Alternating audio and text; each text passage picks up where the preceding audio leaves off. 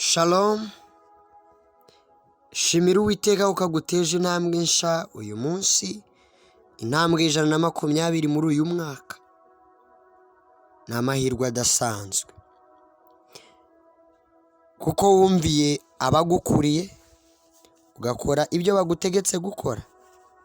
Nzaguha umugisha wagenewe abubaha Yakobo na Aburahamu. Mika igice cya 7 umurongo wa 20.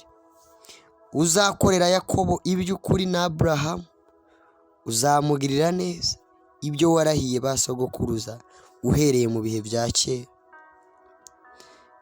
Kuko kubaha umubyeyi bihesha umugisha.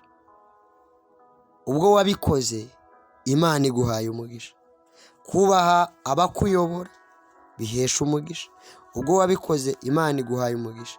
Nimba utaranabikoze, ni igihe cyo kwisubiraho, Imana ikaguha umugisha.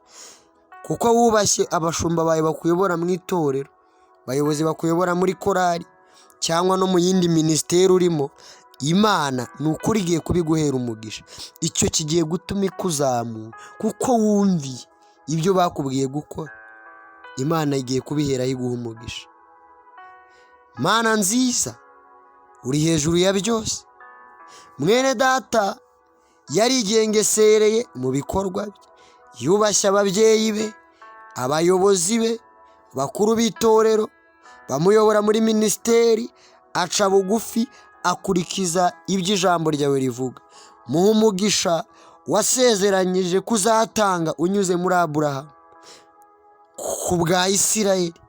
Wuzure mu byo akora, wuzure mu mibereho ye, wuzure mu rugo rwe, wuzure mu bukungu bwe, wuzure mu cyumba cye, ajya aryama asinzire, genda anezerewe, byukana umunezero kuko uri Imana ibitanga. Mu izina rya Yesu Kristo, amen.